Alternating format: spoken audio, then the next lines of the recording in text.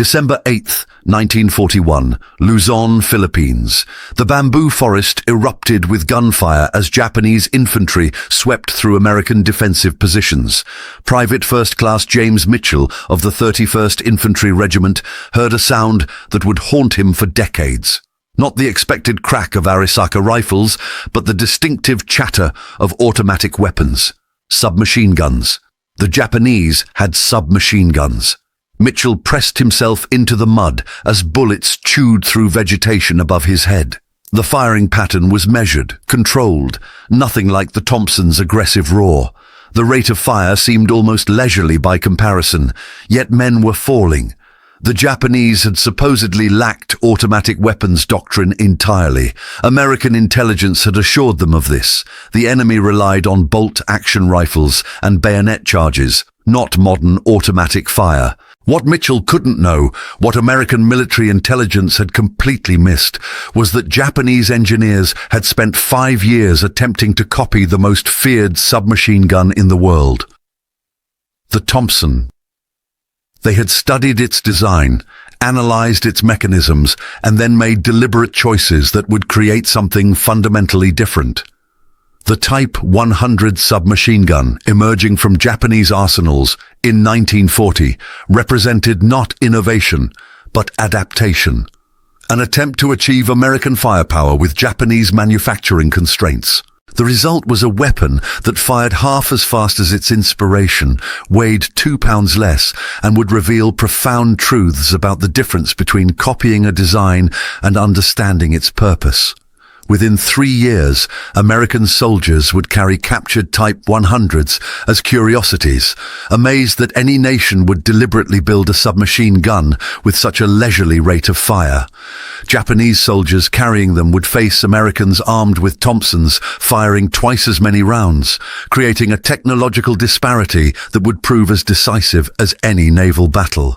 The story of the Type 100 is the story of Japan's industrial limitations meeting American abundance, of a nation that could build the world's largest battleship but couldn't manufacture enough submachine guns to arm one division, of engineers who understood firepower but not the mass production that made it sustainable.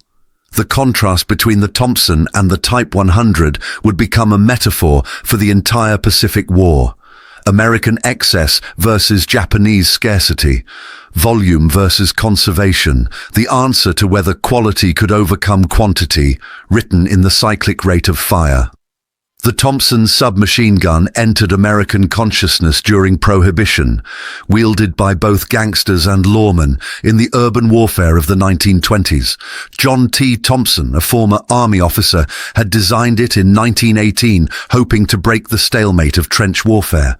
The war ended before it saw combat, but the weapon he created would define the submachine gun category for decades. The Thompson operated on a delayed blowback system using the Blish lock, a mechanism that theoretically controlled the bolt's rearward movement through metallic adhesion. In practice, this complex system added weight and manufacturing difficulty while providing minimal functional advantage, but it gave the Thompson its distinctive character. The M1928A1 model, standard in 1941, fired 45A CP ammunition at approximately 700 rounds per minute from either a 20-round box magazine or a 50-round drum. It weighed 10.8 pounds empty, a heft that absorbed recoil and steadied aim. The weapon was machined from solid steel forgings, requiring over 40 hours of skilled labor to produce. Each Thompson cost approximately $200 in 1939, equivalent to $4,000 today. American industry manufactured the Thompson with precision that bordered on excess, tolerances measured in thousandths of an inch, components machined rather than stamped. Finish work that belonged on sporting rifles rather than military weapons. This over-engineering made the Thompson reliable, accurate, and incredibly expensive. In 1940, the US Army possessed approximately 3,000 Thompsons. Total, For an army preparing to expand to millions of men, this scarcity was catastrophic. Auto Ordnance, the Thompson's manufacturer, could produce perhaps 100 weapons weekly. At this rate, equipping even a single infantry division with submachine guns would require over a year. The Japanese military attaché in Washington, D.C., Lieutenant Colonel Makoto Onodera, had purchased 3 Thompson submachine guns in 1935 using diplomatic cover. These weapons, legally obtained from commercial dealers, were shipped to Tokyo for evaluation. The Imperial Japanese Army's technical department disassembled them completely, photographing and measuring every component. What they found both impressed and frustrated them. The Thompson represented American manufacturing philosophy carried to its extreme. Expensive materials, complex machining, tight tolerances, features that ensured reliability but made production impossibly difficult for Japanese industry. Japan's industrial base in 1935 was sophisticated but constrained. The nation could produce excellent optical instruments, build capable aircraft, and forge high-quality steel. But mass production of complex weapons exceeded their capacity. Automotive production, the foundation of American submachine gun manufacture, barely existed in Japan.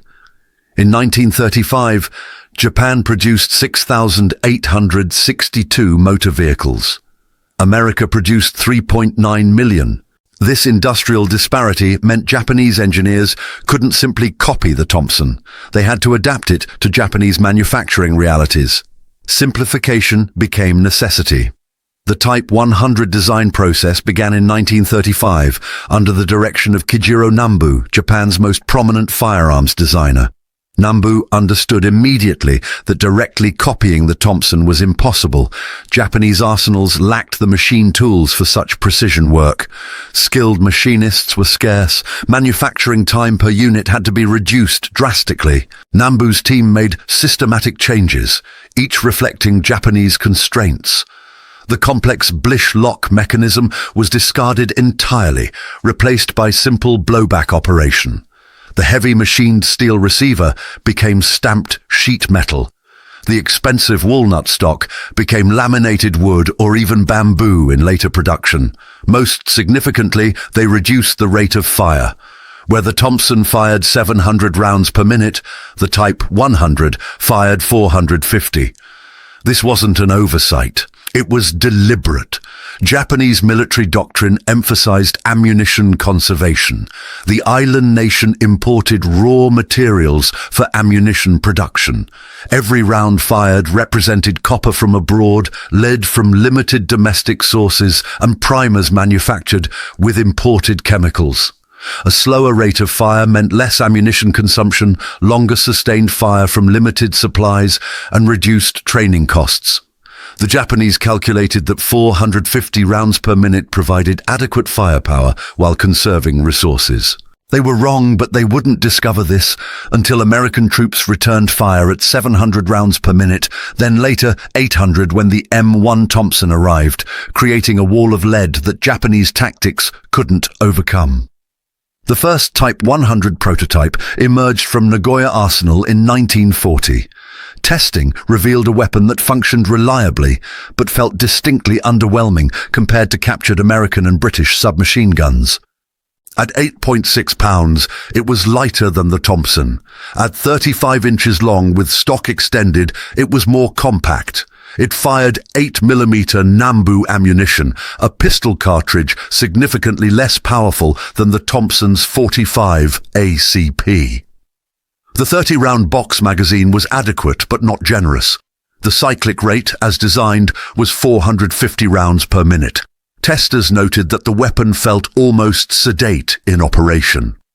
Where Western submachine guns roared, the Type 100 chattered.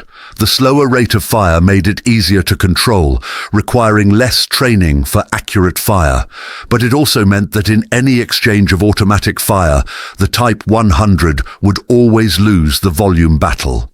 Production authorization came in late 1940, but actual manufacture didn't begin until early 1941. The first units equipped with Type 100s were special assault troops and tank crews who needed compact automatic weapons. By December 1941, when Japan attacked Pearl Harbor, approximately 500 Type 100 submachine guns existed in the entire Imperial Japanese Army. This scarcity would prove characteristic. By war's end, total Type 100 production would reach approximately 8,000 units, compared to Germany's 1 million MP40s, America's 1.7 million Thompsons and M3 grease guns, or the Soviet Union's 6 million PPSH-41s. Japanese submachine gun production was negligible. The Japanese had created a submachine gun for an army that couldn't produce submachine guns in meaningful quantities. The first combat encounter between Type 100 and Thompson occurred in the Philippines campaign of December 1941 to May 1942. American forces, though outnumbered and outmaneuvered, possessed several hundred Thompsons distributed among infantry units and the Philippine Scouts.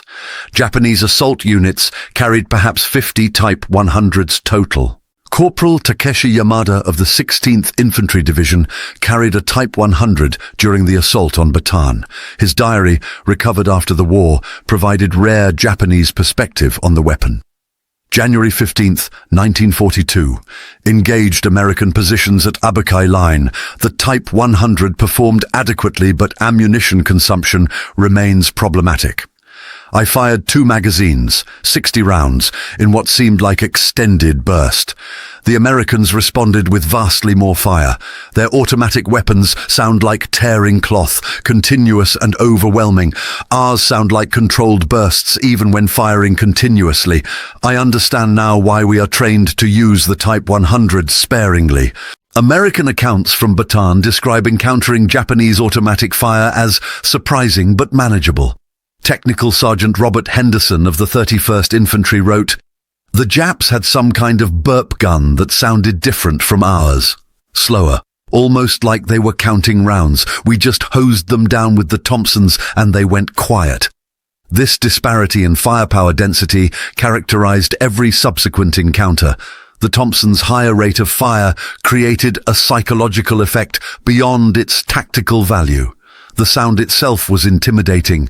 The sheer volume of lead in the air suppressed enemy fire and shattered morale. The Type 100's measured cadence, while conserving ammunition, failed to achieve the same overwhelming effect.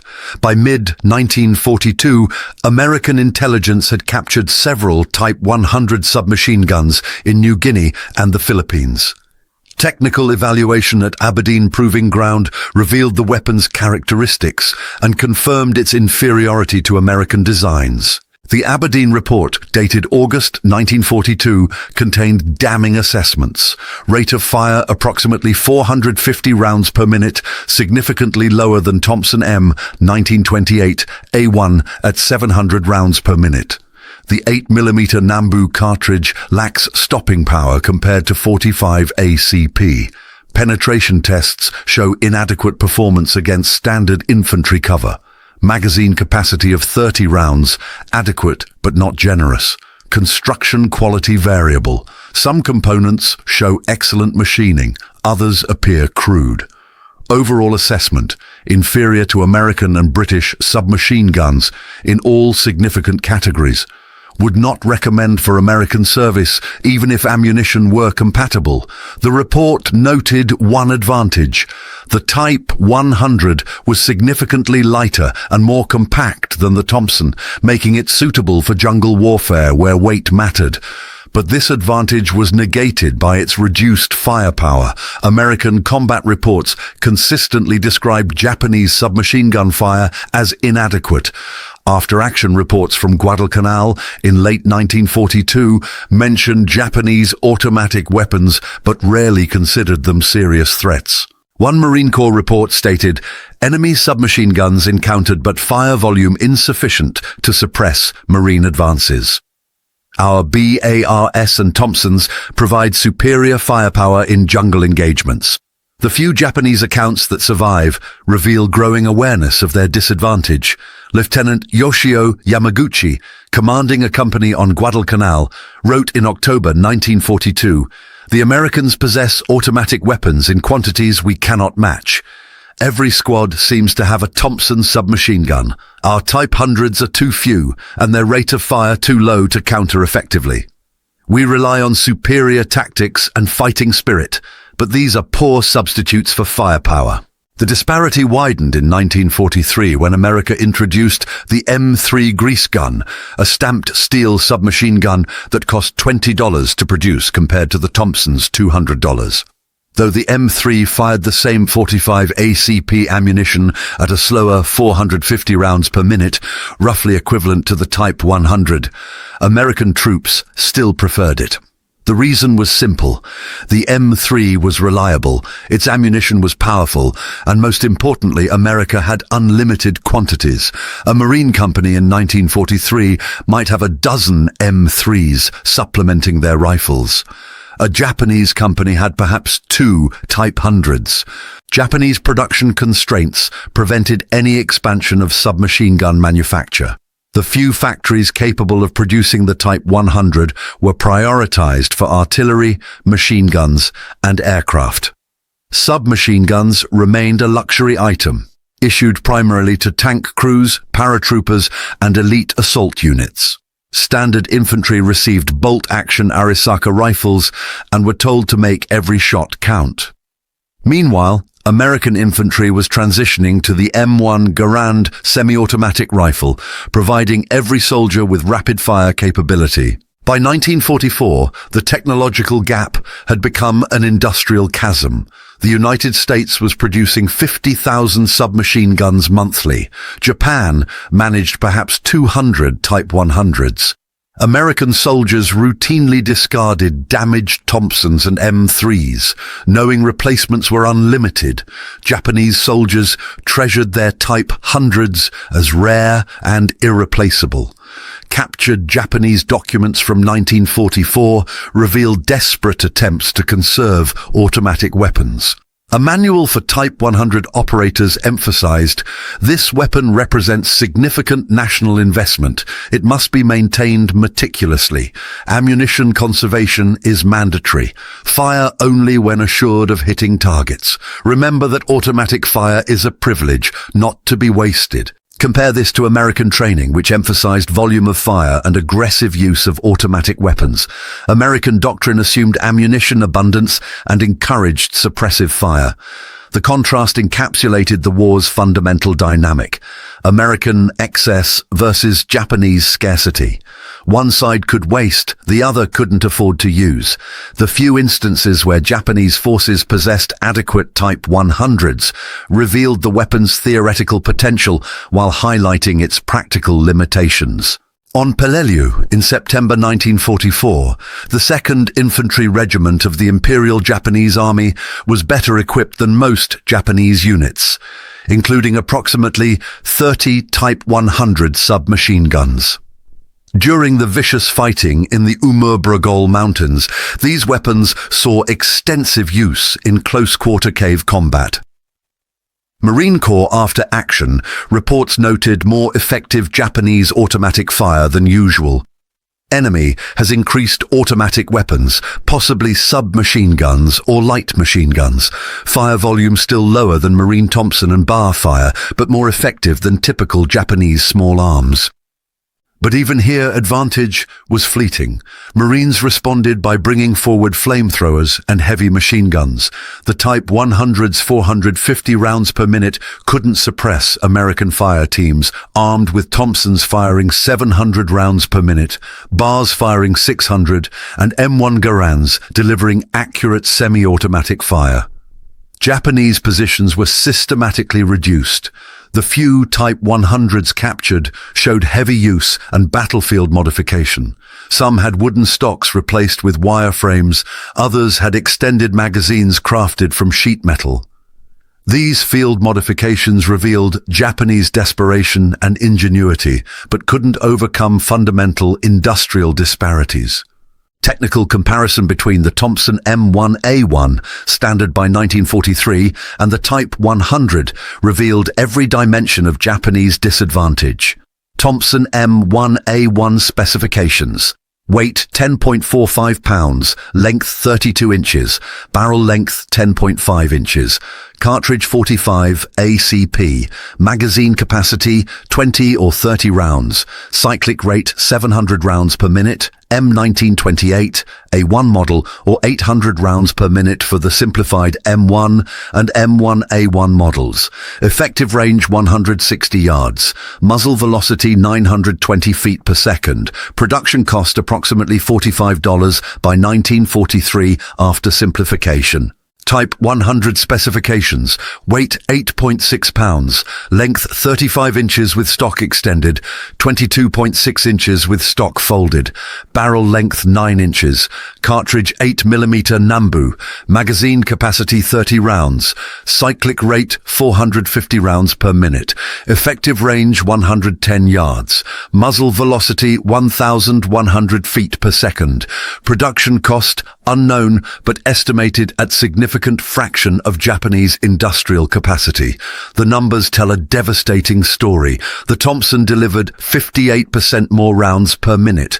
Its heavier 45 ACP bullet, 230 grains, versus the 8mm Nambu's 102 grains, carried substantially more kinetic energy. The Thompson's stopping power was legendary, a single hit, often incapacitated. The 8mm Nambu required multiple hits. Most significantly, America produced Thompsons and M3 grease guns by the hundreds of thousands. Japan managed 8,000 Type 100s across the entire war. American soldiers could afford to fire automatic weapons liberally. Japanese soldiers hoarded their few automatic weapons and carefully rationed every magazine.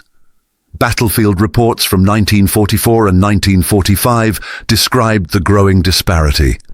American infantry sections routinely carried 2 or 3 submachine guns plus multiple BARs.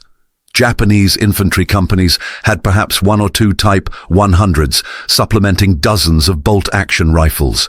The firepower imbalance was overwhelming. A single American squad could deliver more automatic fire than an entire Japanese platoon.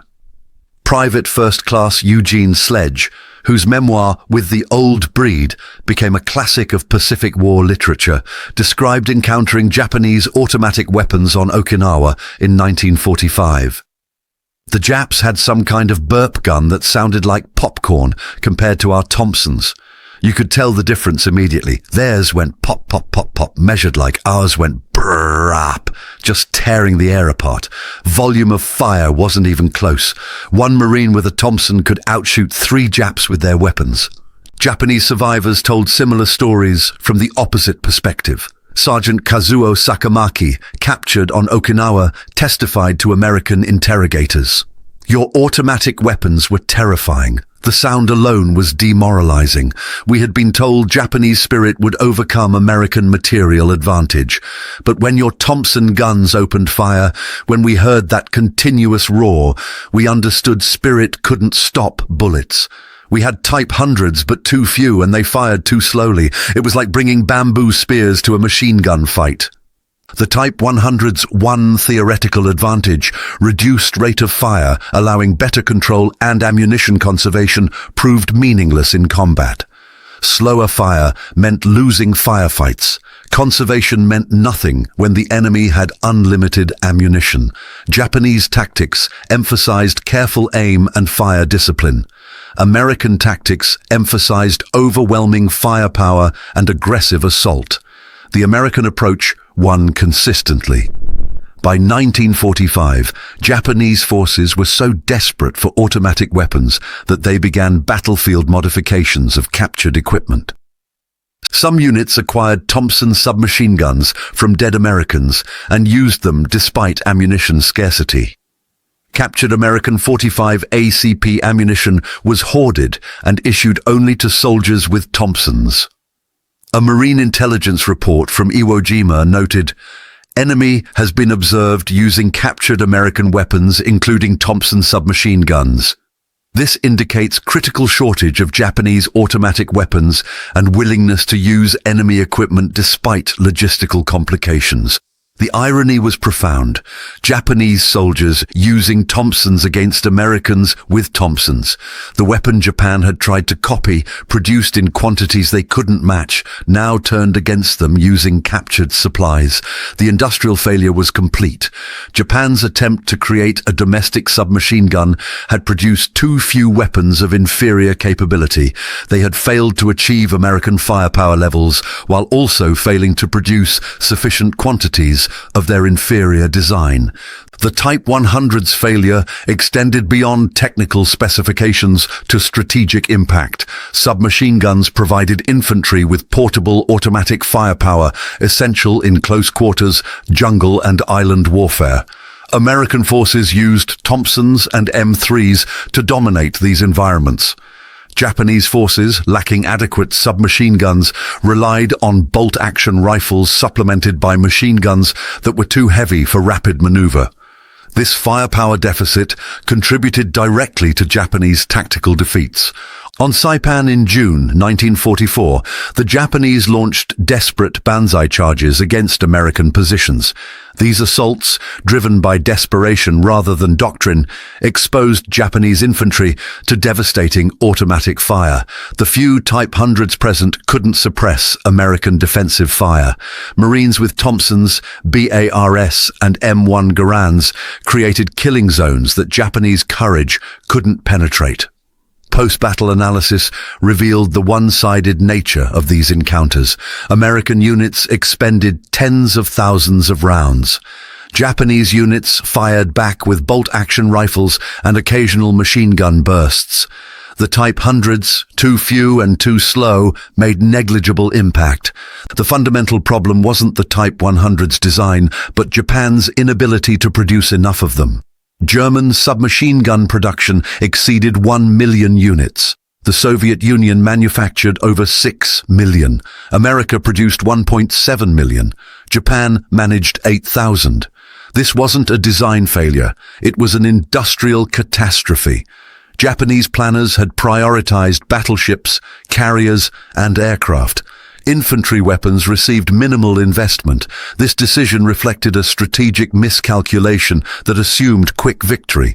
When war dragged on, Japanese infantry paid the price. American industrial mobilization demonstrated the opposite approach. Submachine gun production was supplemented by vast numbers of semi-automatic rifles, machine guns, mortars, and artillery. American infantry swam in firepower. Japanese infantry scraped by with weapons that would have been adequate in 1905, but were obsolete in 1945. The contrast was visible in every battle. American squads advanced under covering fire from organic automatic weapons. Japanese squads advanced with courage and determination, but inadequate fire support. American firepower overwhelmed Japanese positions. Japanese return fire, limited by bolt-action rifles and scarce automatic weapons, couldn't suppress American advances. By March 1945 on Okinawa, the last major battle of the Pacific War, the firepower disparity had reached its extreme. American infantry divisions possessed thousands of automatic weapons. Japanese defenders had hundreds. The few Type 100 submachine guns present were overwhelmed by American Thompsons, M3s, BARs, M1 Garands, and machine guns delivering continuous fire. Japanese accounts from Okinawa describe being unable to move under American fire. Any exposure drew immediate automatic fire. Japanese soldiers huddled in caves and bunkers, unable to effectively return fire against enemies who could waste ammunition freely. The psychological impact was devastating. Japanese soldiers understood they were outgunned by orders of magnitude. Orders emphasized spirit and determination, but these couldn't stop bullets. The Type 100, present in tiny numbers, symbolized Japanese industrial failure. They had designed an adequate weapon but couldn't build enough. The captured Type 100 submachine guns that filled American museums after the war became objects of curiosity. Veterans examining them noted the craftsmanship of individual components, but also the scarcity that ensured they saw few in combat. "Saw maybe 3 or 4 of these the whole war," one veteran recalled. "We had hundreds of Thompsons. They had dozens of these at best." Post-war analysis by American technical intelligence revealed the full scope of Japanese submachine gun failure. Total production, approximately 8,000 units. Distribution primarily to special units, tank crews, and elite infantry. Standard infantry rarely equipped with Type 100s. Field performance adequate when present, but insufficient volume of fire compared to American weapons. Manufacturing quality variable, reflecting Japan's industrial strain. Overall assessment, a reasonable design executed in insufficient quantities to matter strategically. The numbers told the devastating story. Japan needed 500,000 submachine guns to equip its forces adequately. They produced 8,000, achieving 1.6% of requirements. This failure wasn't unique. Japan's industrial base couldn't meet military requirements across nearly every category. But in infantry weapons, where individual soldiers paid the price directly, the failure was particularly acute. The Type 100 represented Japanese engineering competence hamstrung by industrial inadequacy. They could design a submachine gun. They understood automatic fire principles, but they couldn't produce enough to matter. The Thompson versus Type 100 comparison became a metaphor for the Pacific War itself. American abundance versus Japanese scarcity. One side that could waste versus one that couldn't afford to use. Industrial capacity determining outcomes regardless of courage or determination. Japanese veterans reflecting on the war consistently cited American material superiority as decisive. The Thompson submachine gun appeared frequently in these accounts, not as a particularly innovative weapon, but as a symbol of American industrial might. "You had so many automatic weapons," one former Japanese soldier stated in a 1970s interview. "We had bolt-action rifles and a few Type 100s. Your squads had more firepower than our companies. How could we win against such abundance?" The answer, of course, was that they couldn't. No amount of training, courage, or tactical skill could overcome a 10-to-1 or 20-to-1 disadvantage in automatic weapons. The Type 100's failure wasn't that it was a bad weapon. It was adequate within its design parameters. The failure was producing only 8,000 when the requirement was measured in hundreds of thousands. This failure cascaded through every level of Japanese military effectiveness.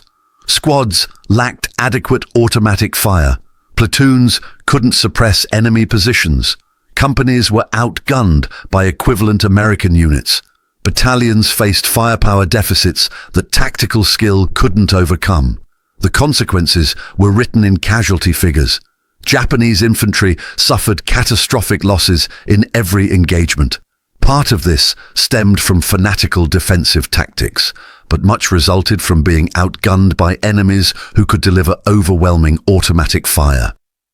The Type 100 story parallels Japan's broader industrial failures. The Navy that built the Yamato, the world's largest battleship, couldn't build enough destroyers to escort convoys. The Air Force that produced the excellent Zero fighter couldn't produce enough aircraft to maintain air superiority. The Army that designed adequate infantry weapons couldn't manufacture them in useful quantities. These failures shared common roots. Japan's industrial base was sophisticated but limited.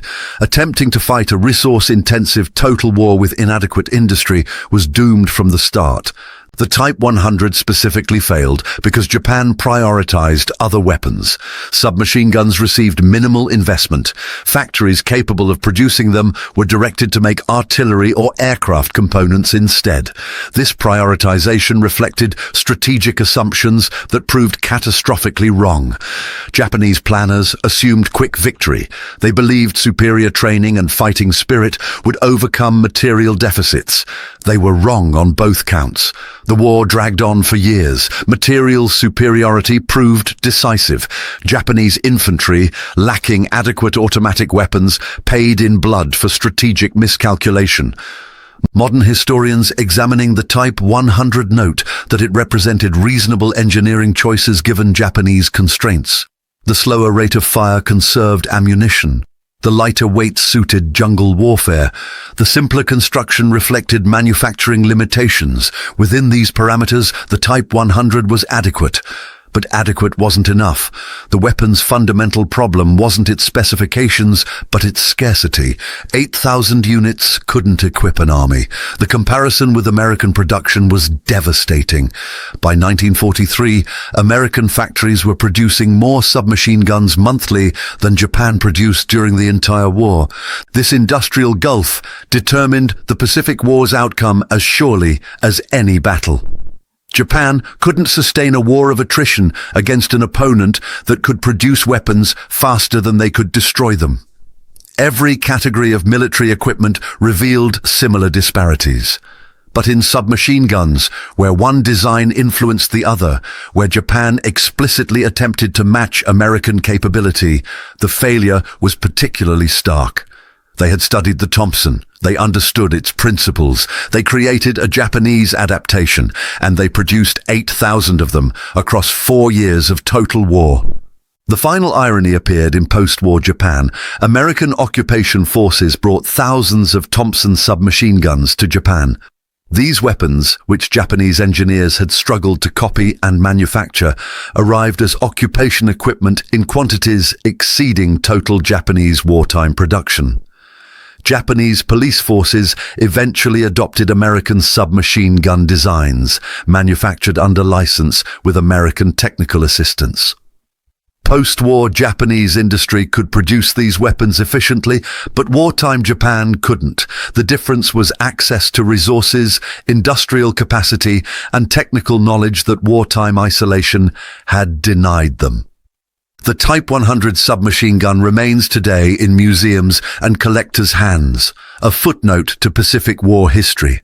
It represents a path not taken, a weapon that might have been significant if produced in adequate numbers. Instead, it stands as evidence of Japan's industrial limitations and strategic miscalculations. The story of the Type 100 versus the Thompson is ultimately a story of two nations' industrial capacities.